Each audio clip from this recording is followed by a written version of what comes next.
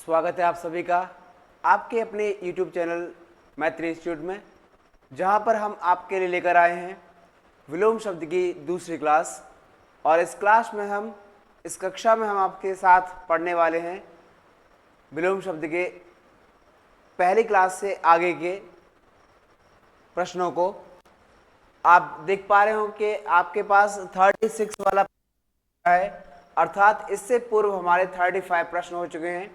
यदि किसी छात्र छात्रा ने नहीं देख पाए हो या नहीं पढ़ पाए हो तो आप हमारे मैत्री इंस्टीट्यूट चैनल पर जाकर लाइव वीडियो या वीडियो प्लेलिस्ट में जाकर आप हमारी वीडियोस देख सकते हैं, जहां से आपको पिछले सभी प्रश्नों के जवाब आपको मिल जाएंगे। साथ ही साथ आपको तैयारी करने में हेल्प मिलेगी और उसके बाद आप पूर्णतः एक शिक्षाविद विद्वान के रूप में अपनी बुद्धि को प्रखर मात्रा में लेकर जाएंगे। तो आज हम जो उपस्थित हुए आप सबके साथ में और जो 36 वाला प्रश्न पढ़ने वाले हैं, इसमें पढ़ने से पहले आपको दिख रहा होगा कि मूर्ख शब्द का विलोम पूछा गया है। मूर्ख मतलब होता है जिसको कुछ नहीं आता हो, जो हमेशा से ही डफर है, मतलब जिसके ज्ञान की चक्षु अर्थात जो ज्ञान की ज्योति है वो कभी जाग ही नहीं पाई, जो ज्ञान का केंद्र है वो कभी खुल ही नहीं पाया, जो ज्ञान का रूप है अंधकार है वो हमेशा उसके आँखों और मस्तिष्क पर छाया रहा, उसे कहते हैं अपन मूर्ख। और मूर्ख का मतलब होता है अनपढ़, अनभिज्ञ। यहां पर इसका विलोम पूछा गया तो विलोम होगा बेटा मूर्ख का विद्वान। मूर्ख का विद्वान होता है, सर्वज्ञ का होता है अल्पज्ञ। अल्पज्ञ शब्द आता है तो अपन उसका विलोम सर्वज्ञ लिखते हैं। क्या लिखते हैं बच्चों? अल्पज्ञ आता है तो उसका विलोम हम सर्वज्ञ लिखते हैं। लेकिन यहाँ पर मूर्ख शब्द पूछा गया है और मूर्ख का होता है विलोम विद्वान। ठीक है, अगला जो प्रश्न है सौम्य शब्द का विलोम क्या होगा? तो सौम्य शब्द का विलोम होगा, क्या होगा? सौम्य मतलब होता है सरल स्वभाव वाला। सौम्य मतलब होता है जिसका विचार स्पष्ट हो, सरल हो, सबको समझ में आने वाला। और शांत स्वभाव, सौम्य मतलब शांत स्वभाव भी होता है। तो शांत का बच्चों विलोम क्या होता है? शांत का विलोम होगा उग्र, अर्थात क्रोधी, अर्थात गुस्से वाला, अर्थात दूसरों को कष्ट देने वाला और स्वयं प्रशंसा या प्रसन्न होने वाला। ठीक है, तो सौम्य का विलोम उग्र होगा। सौभाग्य का दुर्भाग्य होता है, शत्रु का मित्र होता है, दुराशय का आशय होता है। समझ में आ गया? क्या होता है? सौभाग्य का विलोम दुर्भाग्य, शत्रु का विलोम मित्र, दुराशय का विलोम आशय। तो एक ही शब्द बचता है अपने पास, सौम्य का विलोम उग्र होगा। क्या होगा बच्चों? सौम्य का विलोम उग्र होगा। कृतज्ञ शब्द का विलोम क्या होता है? कृतज्ञ शब्द का विलोम अकृतज्ञ नहीं होगा। कृतज्ञ शब्द का विलोम होता है बेटा कृतघ्न। हाँ, देखने में लग रहा है ना कि कृतज्ञ का अकृतज्ञ कर देते हैं, काम खत्म, लेकिन इसका तो शब्द है। बहुत सारे शब्द ऐसे होते हैं जिसके साथ अगर हमें विलोम लिखना होता है तो अ या अन का प्रयोग नहीं कर सकते, बल्कि उनके लिए कुछ शब्द निश्चित रहते हैं और उन्हीं शब्दों का इस्तेमाल हमें करना होता है। तो कृतज्ञ का कृतज्ञ होता है। कृतज्ञ मतलब होता है उपकार को मानने वाला और कृतज्ञ मतलब होता है उपकार को न मानने वाला। हालांकि अकृतज्ञ का मतलब क्या होता है? उपकार को न मानने वाला, लेकिन इसका मीनिंग हम इस तरीके से नहीं कर सकते। इसके लिए निश्चित शब्द दिया गया है, उस निश्चित शब्द का ही इस्तेमाल हम करेंगे। ये क्या लिखा है? संकीर्ण शब्द का विलोम क्या होगा? संकीर्ण मतलब होता है संकुचित, और संकुचित का मतलब होता है छोटा रूप होना। अब इसका विलोम क्या होगा? तो संकीर्ण का विलोम बेटा विकीर्ण होगा। क्या होगा? विकीर्ण। साइंस का शब्द है, साइंस में आता है संकीर्ण और विकीर्ण। क्या होता है? संक्षेप का विस्तार होता है, विस्तीर्ण किसी का नहीं होता। संक्षेप का विस्तार, संकीर्ण का विकीर्ण, विस्तीर्ण किसी शब्द का विलोम शब्द नहीं होता। अगला प्रश्न है अपने पास, अनुरक्ति शब्द का विलोम क्या होगा? अनुरक्ति का मतलब होता है प्रेम, गृहस्थ जीवन, लेकिन यहां अनुरक्ति का विलोम होगा विरक्ति, अर्थात सन्यासी जीवन, अर्थात साधु संतों वाला जीवन। समझ में आया? विराग को राग का विलोम होता है विराग, भाव का विरोभाव, संशक्ति कोई शब्द नहीं है, ये तो मन से बना हुआ आपके लिए एक पहचान के रूप में या इसको आपको भ्रमित करने के लिए बनाया है, क्योंकि ये शब्द नहीं है। अनुरक्ति का शब्द होता है विरक्ति। अनुराग शब्द का विलोम क्या होगा? अनुराग का विलोम होता है बच्चों विराग। अनुराग और राग दोनों मतलब प्रेम होता है, और प्रेम पहले से नीचे लिखा है, तो ये भी इसका आंसर नहीं हो सकता। द्वेष मतलब होता है घृणा, नफरत, गुस्सा, क्रोध, ये तो हो ही नहीं सकता, तो अनुराग का विलोम विराग होगा। समझ में आ गया है? अगला प्रश्न है, दानी शब्द का विलोम क्या होता है? दानी मतलब दान करने वाला, दानी मतलब दान करने वाला, तो दानी का विलोम क्या होगा? लोभी। अब ये मत करना कि नादानी विज्ञानी लिखा है, सर इसमें से क्यों नहीं है? नादानी मतलब होता है जिसने गलतियां कर रखी हो, नादानी की हुई हो। विज्ञानी मतलब ज्ञान का विलोम होता है विज्ञानी, यानी कि विज्ञान करने वाला, ढूंढने वाला। और प्रेमी मतलब प्रेम करने वाला, तो दानी का विलोम होता है लोभी। दानी मतलब दान करने वाला, सब कुछ लुटा देने वाला, और लोभी यानी कंजूस, जो किसी को कुछ नहीं देना चाहता हो। समझ में आया? अगला है, सापेक्ष शब्द का विलोम क्या होता है? सापेक्ष का असापेक्ष नहीं होगा बच्चों, सापेक्ष का निरपेक्ष होता है। ये सामान्य विज्ञान का शब्द है, सापेक्ष और निरपेक्ष। ठीक है, तो सापेक्ष शब्द का विलोम निरपेक्ष होता है, और निरपेक्ष का विलोम सापेक्ष होता है। असापेक्ष, निष्पक्ष, आपेक्ष ये कुछ नहीं होता। ठीक है, आपेक्ष का विलोम असापेक्ष होता है। ठीक है, ध्यान रखना इस बात का।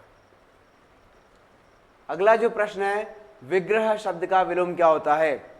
विग्रह शब्द का मतलब होता है आग्रह। विग्रह मतलब होता है अलग करना, तो विलोम क्या होगा? संधि। संधि मतलब होता है जोड़ना।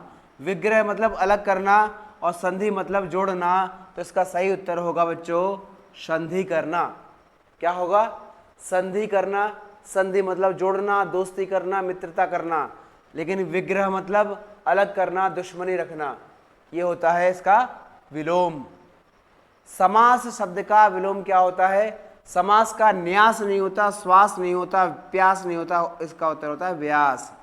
समास मतलब संक्षेप में लिखना, और व्यास मतलब विस्तार पूर्वक लिखना। समास मतलब संक्षेप में यानी कम से कम शब्दों में लिखना, और व्यास मतलब अधिक से अधिक शब्दों में विस्तार करना। तो इसका यह है, न्यास कोई शब्द नहीं है, मैंने अपनी मन से दिया है। और श्वास मतलब होता है सांस, जो सांस अपन लेते हैं, श्वास। और प्यास मतलब आपको पता ही है, जब पानी की तलब उठती है,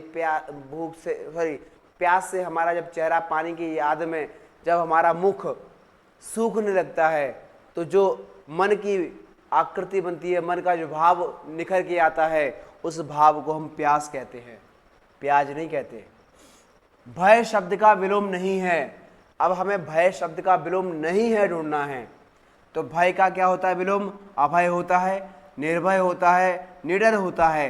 हमें क्या चाहिए था? भय का विलोम नहीं है चाहिए था, तो घर शब्द लिखा है, ये हमारा विलोम नहीं है।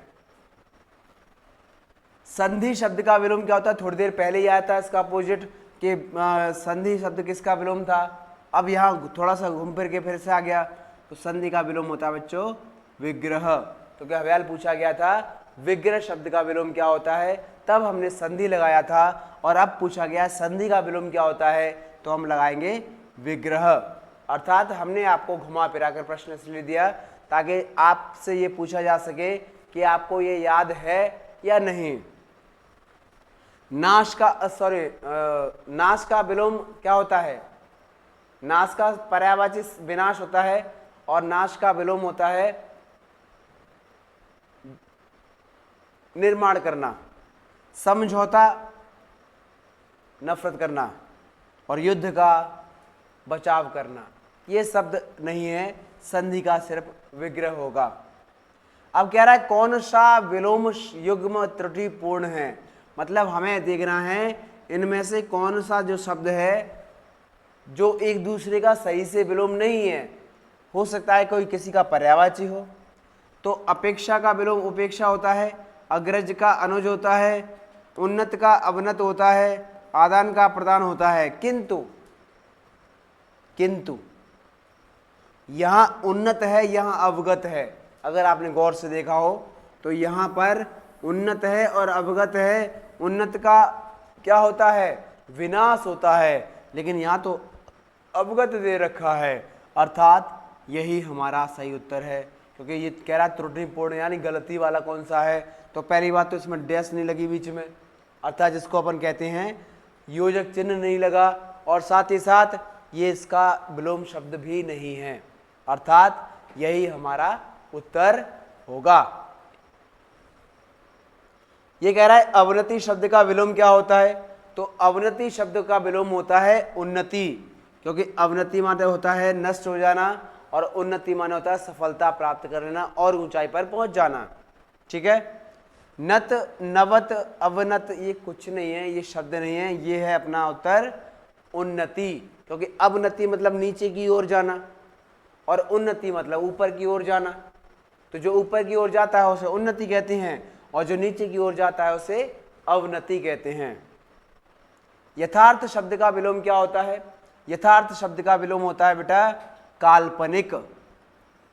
क्या होता है, काल्पनिक होता है। और क्योंकि यथार्थ का विलोम ये नहीं हो सकता, ये पर्यायवाची है। यथार्थ मतलब वास्तविक, यथार्थ मतलब वास्तविक होता है। यथार्थ का ये आदर्श नहीं हो सकता, क्योंकि आदर्शवादी इंसान बहुत कम आते हैं। और उचित का होता है अनुचित, इसलिए हमारा सही उत्तर क्या होगा, काल्पनिक। क्या होगा, काल्पनिक शब्द होगा। सृजन शब्द का विलोम क्या होता है, सृजन शब्द का विलोम संहार होता है। क्या होता है, संहार। सृजन मतलब होता है जन्म देना और संहार मतलब नष्ट करना। लेकिन दुर्जन, प्रकृति, बनावट ये शब्द नहीं आ सकते। दुर्जन माने बुरा व्यक्ति होता है, प्रकृति माने होता है प्राकृतिक नैसर्गिक, या और बनावट मतलब बनावट यानी कि दिखावा। तो ये इनमें से कोई सा भी शब्द अपना उत्तर नहीं है। साधु शब्द का विलोम, जैसे साधु शब्द का विलोम आया तो तुम्हारे दिमाग में आया होगा कि यार इसमें साध्वी लिखा हुआ है, साध्वी तो नहीं होगा, या सन्यासी नहीं तो नहीं होगा, या साधुनी तो नहीं होगा। क्योंकि हम ज़्यादातर क्या करते हैं, पुरुष का शब्द महिला से कर देते हैं, लेकिन ऐसा नहीं है। यहाँ पर साधु का मतलब दिया है अच्छा, तो बुरा क्या होगा, असाधु। क्या होगा, असाधु आएगा इसका विलोम, क्योंकि अच्छे का विलोम बुरा होता है, तो साधु का विलोम असाधु होगा। समझ में आ गया। असाध्य सॉरी अध्यवसाय, अध्यवसाय शब्द का विलोम क्या होगा। अध्यवसाय देख सकते हैं कि कहाँ कहाँ लिखा है, अवध्यवसाय लिखा है, अनध्यवसाय लिखा है। मैंने आपको बताया था कि किसी का विलोम बनाते समय या तो हम उसका दूसरा ही शब्द लेकर आते हैं, अगर दूसरा शब्द लेकर नहीं आते तो हम अ या अन शब्द का प्रयोग करते हैं, अव शब्द का प्रयोग नहीं करते। तो हमारा उत्तर होगा अनध्यवसाय। क्या होगा, अध्यवसाय का विलोम अनध्यवसाय होगा, अवध्यवसाय नहीं होगा। बर्बर शब्द का विलोम क्या होता है, बर्बर मतलब होता है क्रूर, बर्बर मतलब होता है दुष्ट, बर्बर मतलब होता है दुराचारी, और दुराचारी का विलोम हमेशा बच्चों सभ्य होता है। क्या होता है, सभ्य होता है, क्योंकि सभ्य मतलब होता है अच्छा व्यक्ति। बर्बरता उसी का शब्द है। उर्वर उपजाऊ होता है और सीधा मतलब सरल होता है। तो बर्बर का क्या होगा बेटा, सभ्य होगा। ध्वंस मतलब विनाश, ध्वंस विध्वंस विनाश, ये तो तीनों शब्द एक जैसे हो गए। अब आती है बी और डी की बाती। तो बी में लिखा है निर्माण और डी में लिखा है सृजन। तो निर्माण मतलब जिसको जो टूट चुका है उसका निर्माण कर सकते हैं। सृजन मतलब जो पहले कभी था ही नहीं उसको बनाना पड़ता है, तो जो बनाया जाता है उसको सृजन कहते हैं। अर्थात जो पहले चीजें थी पर अब नहीं है उसका अपन करते हैं निर्माण, और जो पहले कभी थी ही नहीं अभी बनाई है उसे कहते हैं सृजन। तो इसका उत्तर होगा अपना निर्माण। क्या होगा? निर्माण सही उत्तर होगा। इसके बाद लिखा है पुष्ट शब्द का विलोम क्या होता है। तो बच्चों पुष्ट शब्द का विलोम होता है क्या, समझ लेते हैं पहले। पुष्ट मतलब ताकतवर। तो क्या लिखा है? क्षीण लिखा है, दुष्ट लिखा है, पुरस्कार लिखा है, प्रकृति लिखा है। प्रकृति हो नहीं सकता, पुरस्कार इसका है नहीं। पुरस्कार क्या होता है? इनाम। इनाम कहाँ से आएगा? पुष्ट माने बलवान होता है। तो पुष्ट का होता है क्षीण। क्षीण का मतलब होता है कमजोर। क्या होता है? कमजोर होता है क्षीण का। पुष्ट का मतलब बलवान और क्षीण का मतलब कमजोर। ठीक है। अब आता है गुण शब्द का विलोम। आपको याद हो मैंने थोड़ी देर पहले समझाया था, इसी वीडियो में आपको मैंने समझाया था कि गुण और अवगुण का विलोम क्या होता है। तो यहाँ पे गुण का विलोम अवगुण तो नहीं लिखा। क्या यहाँ अवगुण नहीं लिखा तो इसका विलोम इसमें दिया ही नहीं है? नहीं दिया है। कभी कभी आपने साइंस में या एसएस में यानी सोशल साइंस में पढ़ा हो कि किसी भी चीज के गुण और दोष लिखिए। गुण मतलब अच्छाइयाँ और दोष मतलब बुराइयाँ। तो क्या लिखेंगे बच्चों इसमें? दोष लिखेंगे। क्या लिखेंगे? दोष। ठीक है, ये होगा इसका विलोम। तत्पश्चात अपन चलते हैं अगले प्रश्न की तरफ। लिखा है संयोग शब्द का विलोम क्या होता है। तो बच्चों संयोग शब्द का विलोम होता है, क्या होता है? मुझे पता है, आपको भी पता है। आपको मैं ऑप्शन देता हूं, संयोग का दुर्योग और वियोग में से कौन सा है। चलो ये हटा दिए मैंने आपके लिए, आप दिमाग लगाइए और समझिए कि इसमें से दोनों में से कौन सा है, ए और बी में से। किंतु मैं तो आपके लिए लगा ही देता हूं। संयोग और का विलोम होता है वियोग। संयोग मतलब मिलना और वियोग मतलब बिछड़ जाना। संयोग मतलब मिलना, वियोग मतलब बिछड़ जाना। तो ये हो गया अपना संयोग और वियोग। ठीक है। अगला प्रश्न है सहयोग शब्द का विलोम क्या होता है। सहयोग मतलब होता है हेल्प, सहायता, और सहयोग का विलोम असहयोग होगा। क्या होगा? असहयोग होगा इसका विलोम। ठीक है। कौन सा शब्द युग्म त्रुटिपूर्ण है। अर्थात ऐसा कौन सा शब्द युग्म यानी शब्दों की जोड़ियां हैं या विलोम शब्द का पद है, कौन सा गलत है। तो पहले देखो, अनुग्रह और आग्रह, अनंत और शांत, जड़ और चेतन, आकृष्ट और विकृष्ट। तो आकृष्ट से विकृष्ट सेम टू सेम विलोम शब्द हैं। जड़ और चेतन भी है, अनुग्रह आग्रह भी है, अनंत और शांत है।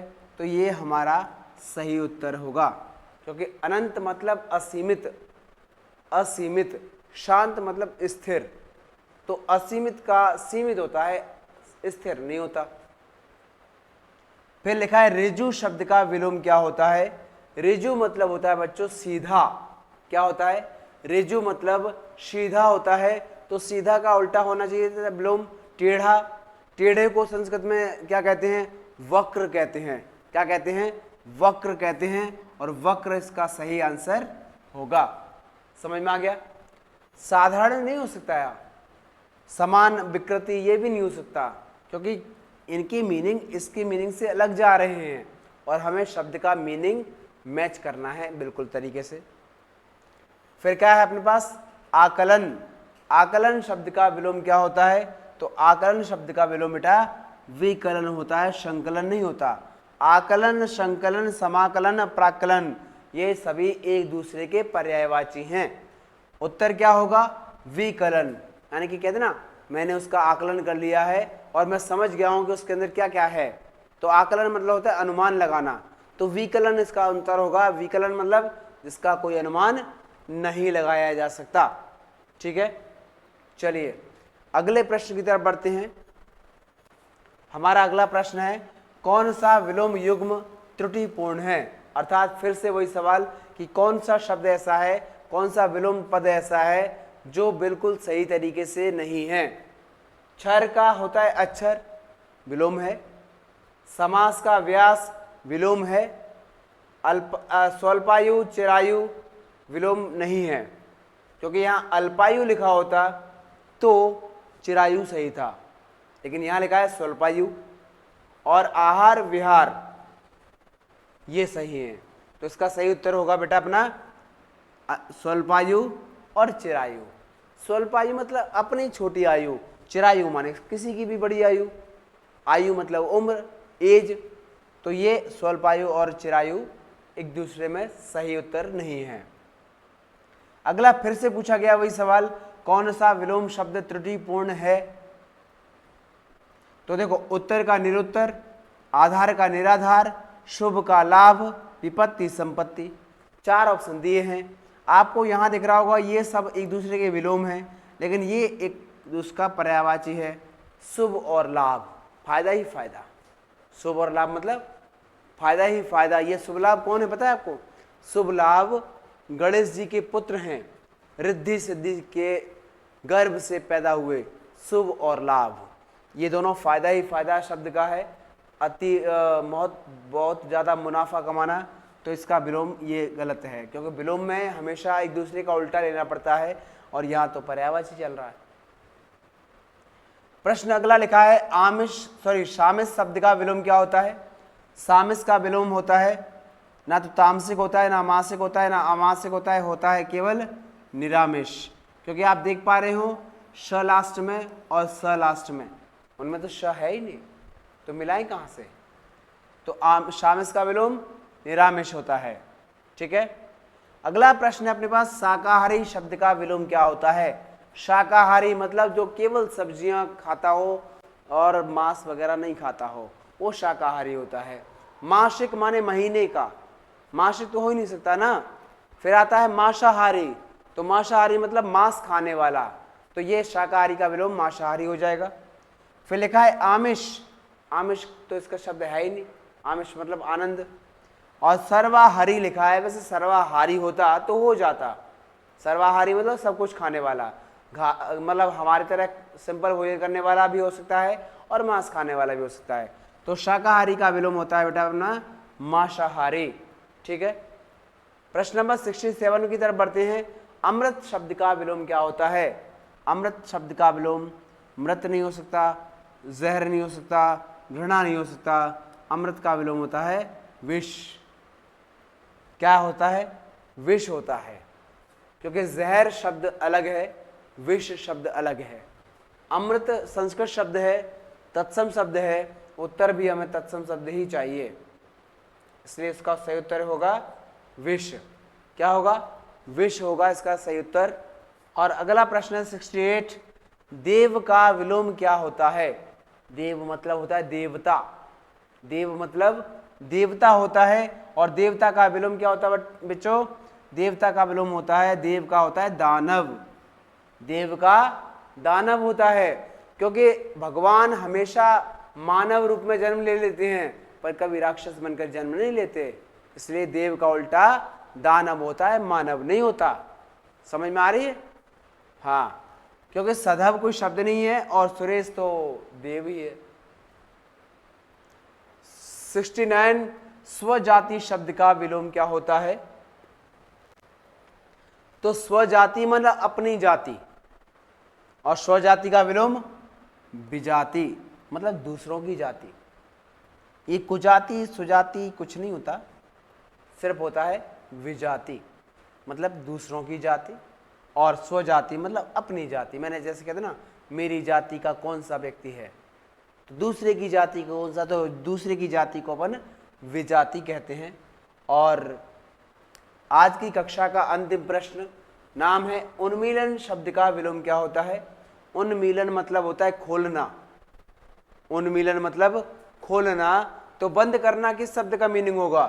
बंद करना मतलब होता है निमीलन, निमीलन मतलब बंद करके, उन्मीलन मतलब खोलकर या खोलना, और निमीलन मतलब बंद करके या फिर बंद करना। ठीक है, तो मुझे उम्मीद करता हूं, आशा करता हूं कि मैं आपको अच्छी तरह से समझाने में समर्थ रहा होऊंगा। यदि आपको किसी भी प्रकार का कोई संकोच है, संदेह है, तो कृपया आप वीडियो को पुनः पॉज करके या रिवाइंड करके देख सकते हैं और आप प्रत्येक प्रश्न का उत्तर पा सकते हैं। मैंने भी आपको सभी प्रश्नों को पढ़ाया है, समझाया है, साथ ही साथ प्रत्येक प्रश्न के शब्दों का भी अर्थ बताया है, ताकि आपको किसी भी प्रश्न में कोई समस्या न उठानी पड़े। इसी के साथ हम अपनी कक्षा को यहीं विराम देते हैं। कल पुनः कक्षा में उपस्थित होंगे इससे आगे के प्रश्नोत्तर लेकर। तब तक के लिए गुड नाइट, शुभ रात्रि।